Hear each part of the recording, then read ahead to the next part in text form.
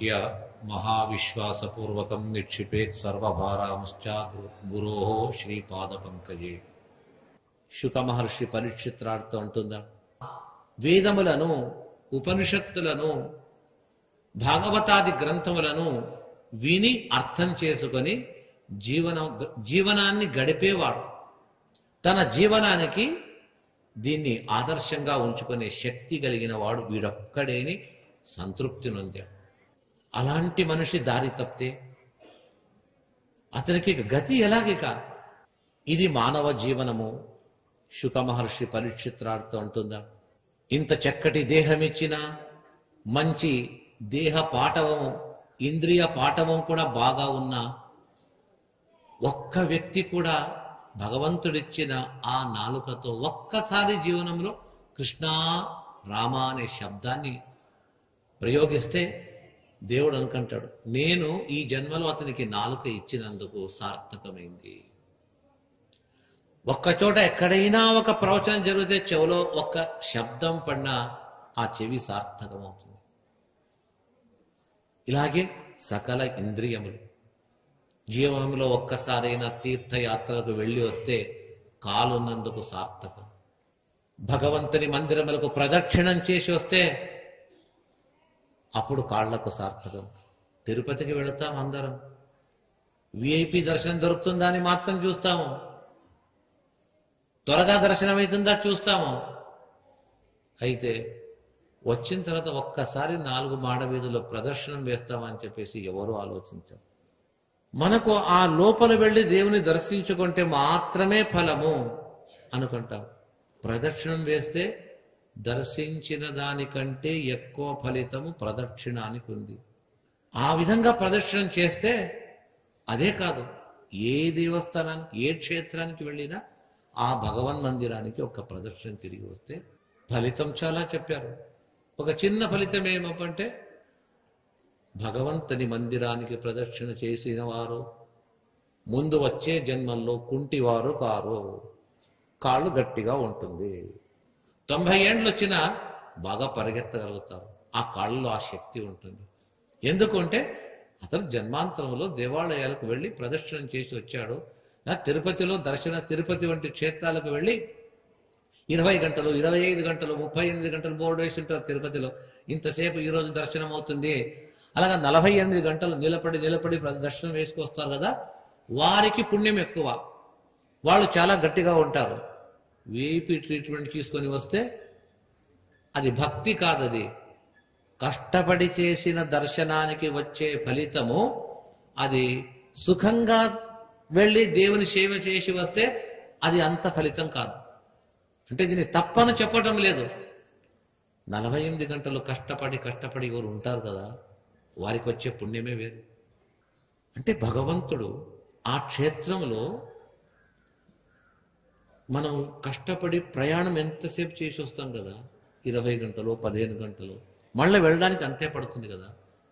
అక్కడ ఉండేది 10 నిమిషాలు అరగంటలో వెళ్ళిపోతే అది యాత్ర చేసినట్టుగా అవుతుందా? మనం ప్రయాణం చేసినంత సమయమైనా అక్కడ నిలబడినట్టయితే ఉన్నట్టయితే భగవంతుడు నా స్థలంలో ఇంతసేపు ఉన్నాడు కదా, ఇతనికి అనుగ్రహిస్తామని. అతడు దర్శనం నిదానంగా అయినా దూరం నుంచి దర్శనం చేసుకున్న భగవంతుని సన్నిధానమైన ఆ స్థలంలో ఇంతసేపు ఉన్నాడనే భావన, భగవంతుని దృష్టి అతనిపై పడి భగవంతుని అనుగ్రహం అవుతుంది. వాడికే భగవంతుడు విశేషంగా ప్రీతుడవుతాడు, సంప్రీతుడవుతాడు. ఆ విధంగా మనకు అవయవములు ఇంద్రియములు గట్టిగా ఉన్నప్పుడు క్షేత్ర సందర్శనం చేసి రావడం, అనుష్ఠానం చేయడం, ఇది మనం చేయాలా? అది చేయని వాని యొక్క జన్మ వ్యర్థము అని చెప్పేసి చెప్తున్నారు. సరే పరీక్షిత, నీవింత అడిగావు కదా, మరణము సమీపించిన మనిషి చేయవలసిన కర్తవ్యం లేదు, ఏమి వినాలా ఏది స్మరించాలని అడిగావు కదా. నీవు స్మరించవలసినటువంటి వ్యక్తి, వినవలసినటువంటి వ్యక్తి, పూజింపవలసినటువంటి వ్యక్తి, ఆ వ్యక్తి ఎవరు చెప్తాను. తస్మాత్ భారత సర్వాత్మా భగవాన్ హరిరీశ్వరః శ్రోతవ్యః కీర్తితవ్యశ్చ స్పర్తవ్యశ్చేచ్చతా భయం. హరికీర్తన నీవు చేయవలసిందేమి? శ్రీహరిని కీర్తించు. ఎవరిని సంకీర్తన చేయాలని ప్రశ్నించావు కదా, శ్రీహరిని సంకీర్తన చేయి. అతన్ని సంకీర్తించు, అతని మహిమను శ్రవణం చేయి. యశ్రోతవ్యం అన్నాడు. ఏది శ్రోతవ్యం అంటే వినదగిన విషయములు ఏవి? చెవులు ఇచ్చిన తర్వాత వినదగిన విషయము లేదు. వింటాం, చాలా వింటుంటాం. పక్కింటి వార్త, ఇంకొకళ్ళ ఇంటి వార్త, వాళ్ళేమైరి వీళ్ళేమైరి. అవును, ఆ పక్కింటి వాళ్ళ అమ్మాయి వచ్చింది కదా, ఇంకా పుట్టింటికి పోలేదు కదా, ఏమైందో కాస్త నీవు వెళతావు కదా, తెలుసుకుని రా ఒకసారి. ఎందుకు అంత కుతూహలం? వాళ్ళు వచ్చింటారు, పోతారు, వస్తుంటారు. అదే మనం వినవలసిన, తెలుసుకోవలసిన విషయాలు చాలా ఉంది. ఇవి కాదు చెవి ఉన్నందుకు వినవలసింది. పక్కింట్లో ఎక్కడో ప్రవచనం చేస్తున్నారు, ఏం చెప్తారు, నేను వెళ్ళడానికి కుదరలేదు, వచ్చి నాకు చెప్పు అంటే అప్పుడు చెవి ఉన్నందుకు సార్థకం. యశ్రోతవ్యం, ఏ విషయం వినాల మనం ఉంటే దానికి చెప్తున్నారు. శ్రోతవ్య కీర్తితవ్యశ్చ, వినవలసిన విషయము హరి మహాత్మ్యము, స్మరించవలసినది హరినామస్మరణ, పూజింపవలసినది హరిపాద సరోరుహం. ఎప్పుడు మనస్సులో చింతింపవలసినటువంటి, మననం చేయవలసింది భగవత్తత్వం. ఇది మనం చేయాలా అని పరీక్షిత్ రాజుకు జీవనమంతా కూడా భగవన్మయము కావాలా అని చెప్తూ, భగవంతుని ప్రజ్ఞ సర్వకాలంలో ఉండాలటది. అది విశేషంగా ఎప్పుడు ఉండాలంటే అంత్యకాలంలో, మృత్యువుకు మునుపు భగవంత్ ప్రజ్ఞ ప్రతి ఒక్కరికి రావాలి.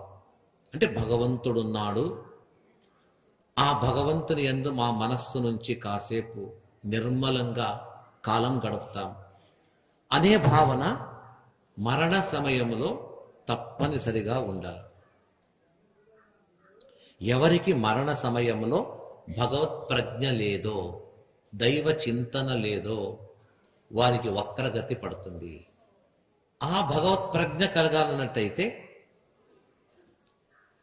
చివరిలో చెప్పారు కదా, కొన్నేళ్లు గడిపేస్తాం, ఎలాగైనా ఉంటాం, చివరి సమయంలో ఆ భగవత్ ప్రజ్ఞను పొందితే చాలు, వచ్చేస్తుంది అని అనుకోవద్దండి. ఒక అరగంట ఒక నాటకం వేదిక పైన ప్రదర్శించాలా, ఒక 5 మందో 10 మందో ఒక నాటకం వేస్తారు. పారిజాతాపహరణం అని ఒక నాటకం, ఆ నాటకాన్ని వేదిక పైన ప్రదర్శించారు. ఒక 8 మందో 10 మందో ఆ నాటకంలో పాత్రలు. ఎంతకాలం అది? 20 నిమిషాల నుంచి అరగంట. అరగంట వేదిక పైన ఒక నాటకాన్ని ప్రదర్శించాలన్నట్టయితే, వీళ్ళు 5 నిమిషముల మునుపు ఆ విషయాన్ని తెలుసుకుని ప్రదర్శిస్తారా? 1 నెల నుండి రిహార్సల్స్ చేస్తారు. ఒక 15-20 రోజుల ముందైనా రిహార్సల్స్ చేస్తారు. రిహార్సల్స్ చేయకుండా ఆ డైలాగ్స్ తెలియకపోతే ఏం చెప్తారు? అట్టర్ ఫ్లాప్ అయిపోతుంది ఆ నాటకం. అందుకేం చేస్తారు? ఏ నెలనో 20 రోజులు దాన్ని బాగా ప్రాక్టీస్ చేస్తారు. చూడండి, అది నాటకం అంతే. నాటకాన్నే ప్రాక్టీస్ చేసినప్పుడు నిజమైన జీవనాన్ని మనం ప్రాక్టీస్ లేకున్నట్టయితే ఎంత సాధ్యమవుతుంది? మరణ సమయంలో భగవంతుడు మనకు జ్ఞాపకం వస్తాడా? భగవంతుడు మనకు కాదు, మనకు భగవంతుడు జ్ఞాపకం వస్తాడా? అప్పుడు రావాలంటే ఇప్పటి నుంచే మనం మొదలు పెట్టాలి. ఇప్పటి నుంచే దైవ చింతన ప్రారంభిస్తూ ఉండాలి. చిన్న పిల్లలు స్వతహా వారే లేచి నడవడానికి, నడుచుని ఎవరు చెప్పరు. ఆ శక్తి వస్తే ఉత్సాహంతో వాళ్ళే లేస్తారు, 2 అడుగులు వేస్తారు, కింద పడతారు, ఏడుస్తారు, మళ్ళీ ఏడిచి మళ్ళీ వదలరు, మళ్ళా తిరిగి మళ్ళీ లేస్తారు, మళ్ళీ నడుస్తారు. ఆ విధంగా చిన్నప్పటి నుంచే మనము ఆ దైవ చింతన, మంచి విషయమును తెలుసుకొనుట అనేది ప్రారంభించారు. దీన్ని మధ్వాచార్యులు తమ గ్రంథంలో చెప్తారు. సంతతం చింతయేనంతం అంతకాలే విశేషత.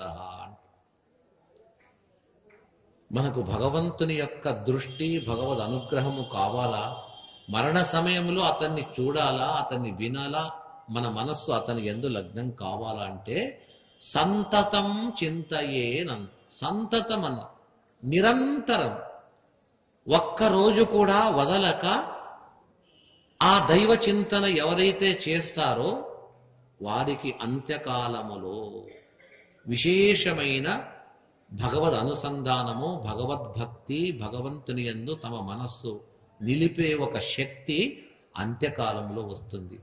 అంత్యకాలంలోనే నేరుగా మనము దేవుణ్ణి చూస్తామంటే అది కుదరదు. సంతతం చింతయేనంతం,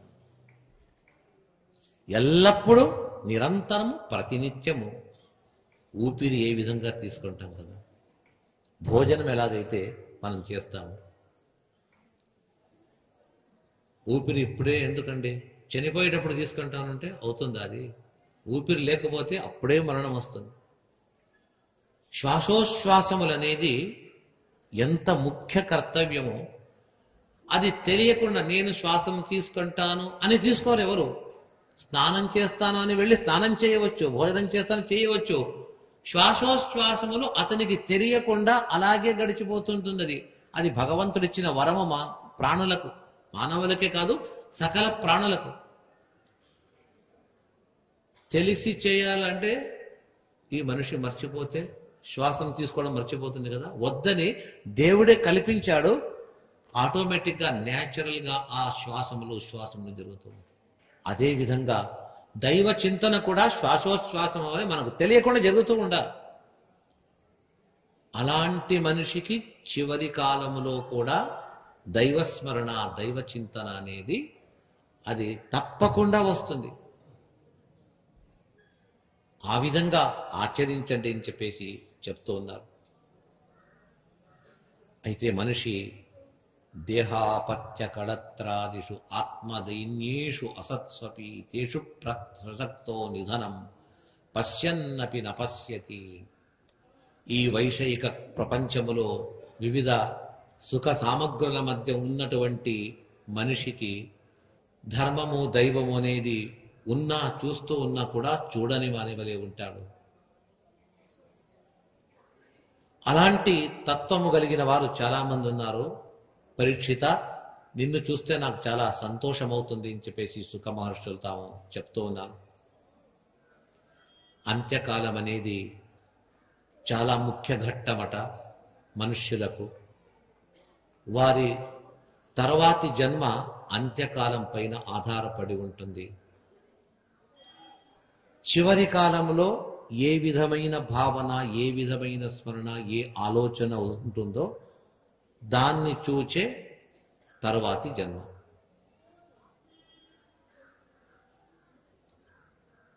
భరత చక్రవర్తి అనే గొప్ప మహానుభావుడు ఇక అయిపోయింది, అది చివరి దేహం అని భావించారు. అందరూ చెప్పారు.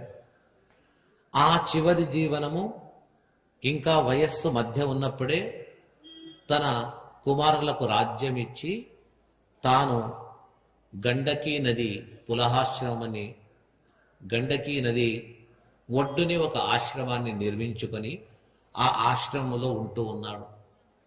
నిర్జన ప్రాంతము, ఎవ్వరు లేరు, చాలా ఆనందంతో కాలం గడిపేశాడు. ఇంకా కొన్ని రోజులకు దేహ త్యాగం చేయాలి. ఆ సందర్భంలో అతనికి ఒక జింక పిల్ల పరిచయమై ఆ జింక పిల్లను సాకుతూ మైమర్చిపోయి తన ఆశయమంతా ఆ ప్రాణిపై పెట్టుకుంటూ స్నాన ధ్యాన అనుష్ఠానాలు వదిలేసి దాన్నే పోషిస్తూ ఉండగా ఒకరోజు కాస్త పెద్దగా అయిన తర్వాత ఆ జింక తప్పించుకుని ఎక్కడో వెళ్ళిపోతుంది. ఆ ప్రాణిని వెతుకుతూ అలసట పడుతూ అది కనిపించకపోయేటప్పటికీ చింతాక్రాంతుడై ప్రాణత్యాగం చేస్తాడు. చనిపోయే సమయంలో కూడా ఆ జింకనే స్మరించిపోతాడు. అందుకే తర్వాతి జన్మలో అతడు ఒక జింకకు పిల్లగా పుట్టాడట. తాను ఒక జింక పిల్లగా పుట్టాడు. ఎందుకంటే శ్రీకృష్ణుడు ఎప్పుడో చెప్పాడు ఈ మాట, యం యం వాపి స్మరన్ భావం త్యజత్యంతే కలేవరం తం తమేవైతి కౌంతేయ సదా తద్భావ భావితం. చివరి కాలంలో ఏమేమైతే మా స్మరణకు గుర్తుకు మనస్సులో వస్తుందో, ఏం ఆలోచిస్తామో అదే కలుగుతుంది. ఇంటి నిండా కుక్క పిల్లలను పెట్టి సాత్తూ ఉంటారు పాపం కొందరు. చనిపోతూ ఆ కుక్క పిల్లను చూస్తూ చనిపోతే తాను కూడా అలాంటి ఇదిగా జంతువుగా పుడతాడు. కుక్కలను సాకొద్దండి, దానికి ఆహారం వేయొద్దండి అని చెప్పడం లేదు. సకల ప్రాణుల పైన దయ చూపాల్సిందే. అదే గోవును, గోవత్సము, దూడలను ఇంట్లో సాగుతూ రోజు ఒక్కసారి లేచి ఆ గోవును దర్శనం చేసుకొని చివరి కాలంలో కూడా పోతూ అకస్మాత్తుగా ఆ గోవు కనిపిస్తే గోవును చూస్తూ పోతే ఆ గోవు వంటి సాత్విక బుద్ధి కల మళ్ళొక మనిషిగా పుట్టగలుగుతాడు. మంచి భావన కలుగుతుంది. అంత్యకాలం అనేది మనకు వచ్చే జన్మకు ఒక సాధనం అవుతుంది. ఒక యజ్ఞం చేసేటప్పుడు యజ్ఞంలో చిట్ట చివర యజ్ఞం యొక్క ఫలం ఏది అంటే పూర్ణాహుతి అంటారు. మన జీవన యజ్ఞానికి కూడా పూర్ణాహుతి మన మరణమట. మరణమే పూర్ణాహుతి ఈ జీవన యజ్ఞానికి. అలాంటి పూర్ణాహుతి స్వరూపమైన ఈ మృత్యువు ఎప్పుడు వస్తుందో చెప్పలేం. మృత్యువు రావాలా అని చెప్పేసి అరణ్యానికి వెళ్ళి సింహ శార్దూలముల మధ్య పడుకొన్న, క్రూర సర్పములో నివసించే పుట్టలో చెయ్యి వేసిన ఇతనికి మృత్యువు ఇప్పుడే రాసి పెట్టకపోతే, రాసి ఉండకపోతే అతనికి మరణం రాదు. మరణం కలగాల అని చెప్పేసి ఇంట్లో భద్రంగా లోపల కూర్చొని ఎవరి యొక్క ఆపద నాకేమి రాదు అని భావించేవానికి ఆ మృత్యు వచ్చి చేయి వేసి తీసుకెళ్తుంది. శాస్త్రం చెప్తుంది ఏమని, కాల ప్రసారితకరః గృహ్ణాతి దూరాదపి. కాలం అనేది చెయ్యి చాచి దూరంగా ఉండేవాన్ని కూడా తీసుకెళ్ళిపోతుంది. మనం వద్దనుకన్నా మృత్యువు మన దగ్గరకు వస్తుంది. మనకు మృత్యువు రావాలా అని మృత్యుయోగము లేనప్పుడు మృత్యువు దగ్గర మనం వెళ్ళినా ఆ మృత్యు మమ్మల్ని స్వీకరించారు. కాల ప్రసారితకరః, కాలము చేతులు చాచి మమ్మల్ని తీసుకెళ్తుంది. ఒక జింక ఒక అరణ్యంలో స్వేచ్ఛగా సంచరిస్తూ ఉండగా వ్యాధులు బాణములు కొడుతుంటే భయపడి ఆ అరణ్యం లోపల వెళ్ళిపోయింది. వ్యాధులు పోయారు కదా అంటే సింహ శార్దూలములు పైకి దూకుతుందట. వాటిని తప్పించుకొని ముందుకు వెళ్ళిపోయింది. వ్యాధుడు లేదు, సింహ శార్దూలం లేదు, నేను బాగుంటానా అంటుంటే వనములో దావాగ్ని పుట్టిందట. ఆ అగ్నిని తప్పించుకుని వెళ్ళిపోయింది. అంత దాటేశాను, నాకేమీ ఆపద లేదని ఆ జింక ఎగురుతూ ఎగురుతూ వెళుతూ ఉండగా కొన్ని చోట్ల అక్కడక్కడ అరణ్యంలో ఈ ఏనుగు వంటి పెద్ద ప్రాణులను పట్టడానికి పెద్ద ఒక గొయ్యి త్రవ్వి దానిపైన ఆకులు చిన్న చిన్నవి మూసేస్తారట. చిన్న కొమ్మలు వేసేస్తారు. అది మామూలు భూమి అనుకుంటూ అవి తెలియకుండా కాలు పెడితే ఆ లోయలో పడిపోతుంది. అలాంటి అగాధములో ఈ జింక పడిపోతుంది. ఆ వ్యాధులు వచ్చి కట్టి దాన్ని తీసుకెళ్ళిపోతాం. దీనికి ఏమంటే చివరకు ఫలితం అంటే కాల ప్రసారితకరః. ఆ కాల పురుషుడు అనేవాడు మృత్యువు చేతులు చాపి మమ్మల్ని ఎప్పుడు తీసుకెళ్లాలో తీసుకెళ్ళిపోతుంది. కాబట్టి మృత్యువు ఎప్పుడైనా వస్తుంది. 70 ఏళ్ళకు వస్తుంది, 80 ఏళ్ళకు వస్తుంది అని కాదు. ఇప్పుడైనా రావచ్చు, రేపైనా రావచ్చు, ఎప్పుడైనా రావచ్చు. మృత్యువు సమీపించిన వ్యక్తి ఏం చేయాలా అంటే చనిపోయేవాడని అర్థం కాదు, పుట్టిన మనిషి అని అర్థం. ఎందుకంటే మృత్యు అనేది పుట్టిన వాని తోడే ఉంటుందట. తల్లి గర్భములో ఉన్నప్పుడే కొన్ని రాసి పెడతాడు భగవంతుడు. ఏమేం రాస్తాడు అంటే అతని పుట్టుక, అతని సంపద, అతని చదువు, అతని సంతానము, దాంతోపాటు ఏ రోజు చనిపోయి వస్తాడో అతని మరణం ఏ రోజు అనేది కూడా భగవంతుడు రాసేసి ఉంటాడు. ఇంకా పుట్టడు, తల్లి కడుపులోనే ఉంటాడు. జననమే కాలేదు, మృత్యువు యొక్క డేట్ కూడా చెప్పేసి ఉంటాడు. రిటర్న్ టికెట్ బుక్ చేసుకుంటాం కదా, ఆ విధంగా ఈ లోకం నుంచి వెళ్ళడానికి కూడా భగవంతుడు అప్పుడే రాసి పెట్టేస్తాడు. ఈ విధంగా మృత్యు అనేది ప్రతి మనిషికి జీవనంతో పాటు ఆ మృత్యువు మనతోనే ఉంటుంది. మృత్యువును వదిలిన మనిషి లేదు. మృత్యు అనేది మనతో పాటే ఉంటుంది. పరీక్షితుని ప్రశ్నలో అంతరార్థం ఇదే. పనేసియా మెరిడియన్ హాస్పిటల్స్ ప్రతి సామాన్యుడికి అందుబాటులో అంతర్జాతీయ వైద్య ప్రమాణాలతో వైద్యం, 24 గంటల అంబులెన్స్ సర్వీసుతో పాటు అత్యవసర సేవలతో ఏర్పాటైన చికిత్సా విభాగం. మా దగ్గర గుండె సంబంధిత, మూత్రపిండ, కాలేయ, కంటి జబ్బులకు, మోకాళ్ల శస్త్ర చికిత్సతో పాటు కోవిడ్-19, బ్లాక్ ఫంగస్ వంటి వైరస్లకు, అన్ని రకాల ఆరోగ్య సమస్యలకు నమ్మకమైన అత్యాధునిక వైద్య చికిత్సను అందిస్తున్న హాస్పిటల్ పనేసియా మెరిడియన్ హాస్పిటల్స్. మీ ఆరోగ్య సమస్య ఏదైనా ఇప్పుడు పరిష్కారం సాధ్యం. సంపూర్ణ ఆరోగ్యం కోసం సంప్రదించండి Panacea Meridian hospitals, opposite Beeramguda Kaman, RC Puram, Sangareddy district, pin code 502032. సంప్రదించాల్సిన ఫోన్ నెంబర్ 0845524177 మరియు 7893757770.